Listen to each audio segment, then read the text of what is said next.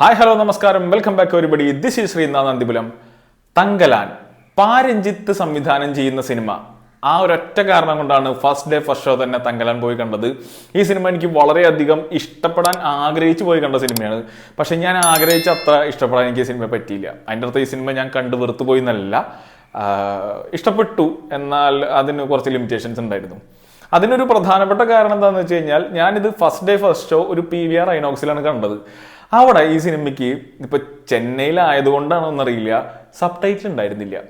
അപ്പോൾ period fantasy ഡ്രാമയാണിത്.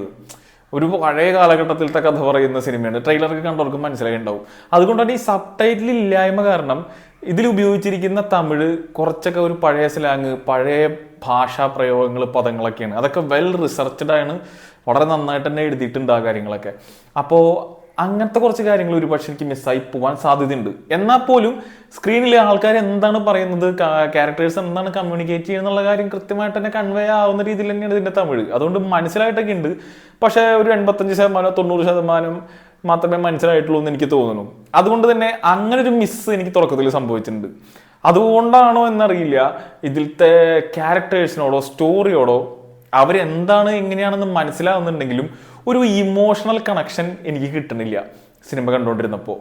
അപ്പോൾ അത് കാരണം ഞാൻ വിചാരിച്ചത്ര എനിക്ക് സിനിമ ഇഷ്ടപ്പെടാൻ പറ്റിയില്ല. പക്ഷെ ഇഷ്ടപ്പെട്ട ഒരുപാട് കാര്യങ്ങളുണ്ട്. സിനിമാറ്റോഗ്രാഫി, എഡിറ്റിങ് ഒന്നും ഒരു രക്ഷയില്ല. ഇതിലൊരു സീക്വൻസിൽ നൈറ്റ് ആൻഡ് ഡേ ഒക്കെ മാറി വരുന്ന പോലത്തെ ഒരു സീക്വൻസ് ഒക്കെ ഉണ്ട്. ആ സമയത്ത് എഡിറ്റിംഗ് ഒക്കെ അപ്രിഷിയേറ്റ് ചെയ്യണം. ആ ലെവലിലാണ് ചെയ്തു വെച്ചിരിക്കുന്നത്. അതേപോലെ ഇതിന്റെ സ്റ്റോറി അടിപൊളിയാണ്. അവർ പറയാൻ ഉദ്ദേശിക്കുന്ന കാര്യത്തോട് എനിക്ക് വളരെ അഡ്മിറേഷൻ ഉണ്ട്. പാരഞ്ജിത്ത് അങ്ങനെയാണല്ലോ, വെറുതെ ഒരു സിനിമ എടുക്കാൻ വേണ്ടി ഒരു സിനിമ എടുക്കില്ല. ആൾക്ക് ചില കാര്യങ്ങൾ പറയാനുണ്ടാവും. അത് അതുപോലെ തന്നെ പറഞ്ഞു വെച്ചിട്ടുള്ള ആളുടെ പൊളിറ്റിക്സ് ഇൻവോൾവ് ആയിട്ടുള്ള സിനിമ തന്നെയാണ് തങ്കലാൻ.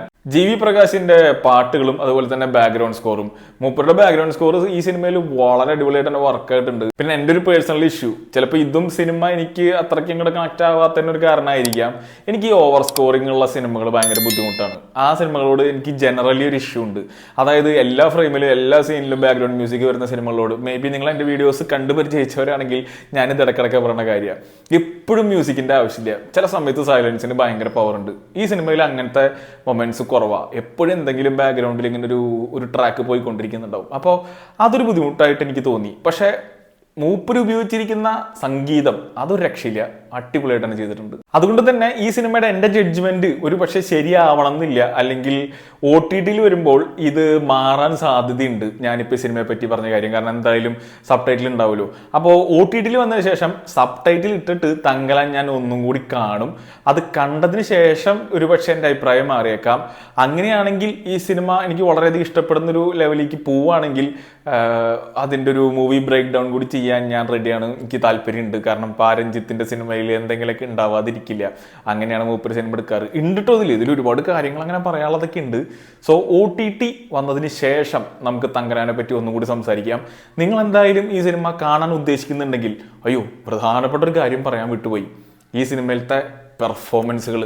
ചിയാൻ വിക്രം എന്ന് പറഞ്ഞ നടനെ ഞാൻ തൊഴുന്നു. കാരണം ഒന്നും പറയാനില്ല, വേറെ ലെവലിലാണ് മൂപ്പര് സംഗതി ചെയ്തു വെച്ചിരിക്കുന്നത്.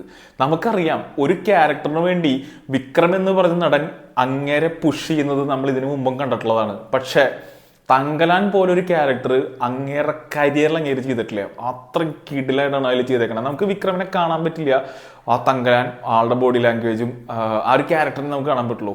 അതുപോലെ തന്നെയാണ് പാർവതി എന്ന് പറഞ്ഞ ആക്ടറെയോ അല്ലെങ്കിൽ പാർവതിയുടെ ഒരു ക്യാരക്ടറിസ്റ്റിക്സോ ആ സിനിമയിൽ ഇല്ല. വളരെ നന്നായിട്ട് തന്നെ പാർവതിയും കട്ടക്ക് വിക്രമിന്റെ ഒപ്പം പിടിച്ചെന്ന് ചെയ്തിട്ടുണ്ട്. മാളവിക മോഹനനും അതെ, ഈ ആളുടെ കരിയറിൽ ഇതുവരെ ചെയ്യാത്ത ഒരു ലെവൽ ഓഫ് ക്യാരക്ടറാണ് ചെയ്തേക്കണേ. നന്നായിട്ട് തന്നെ വന്നിട്ടുണ്ട്. സോ പെർഫോമൻസുകൾ അടിപൊളിയായിരുന്നു. അപ്പം എന്തായാലും തിയേറ്ററിൽ നിങ്ങൾക്ക് ഈ പടം മിസ്സാക്കാൻ താല്പര്യമില്ലെങ്കിൽ ധൈര്യമായിട്ട് പോയി കാണണം. നല്ല തിയേറ്റർ എക്സ്പീരിയൻസ് ആണ്. ഇമോഷണൽ കണക്ഷൻ്റെ ഒക്കെ ഇഷ്യൂ ഉണ്ടെന്ന് പറഞ്ഞ് എന്നെ പോലെ കുറച്ച് പേരാണ്. പടം വളരെയധികം ഇഷ്ടപ്പെട്ട ആൾക്കാർ വേറെ ഉണ്ട്. അപ്പോൾ നിങ്ങൾക്ക് ഇഷ്ടപ്പെടാനൊക്കെ സാധ്യതയുണ്ട്. വിക്രമിനെ ഇഷ്ടമാണെങ്കിൽ എന്തായാലും തിയേറ്ററിൽ പോയി കാണാം. മൂപ്പരെ കാണാൻ വേണ്ടി മാത്രം തന്നെ ഈ സിനിമ തിയേറ്ററിൽ പോയി കാണാം. കണ്ടിട്ട് അഭിപ്രായം പറയാം. അടുത്ത സിനിമയുടെ വിശേഷമൊക്കെ ആയിട്ട് വരാം. കാണാം.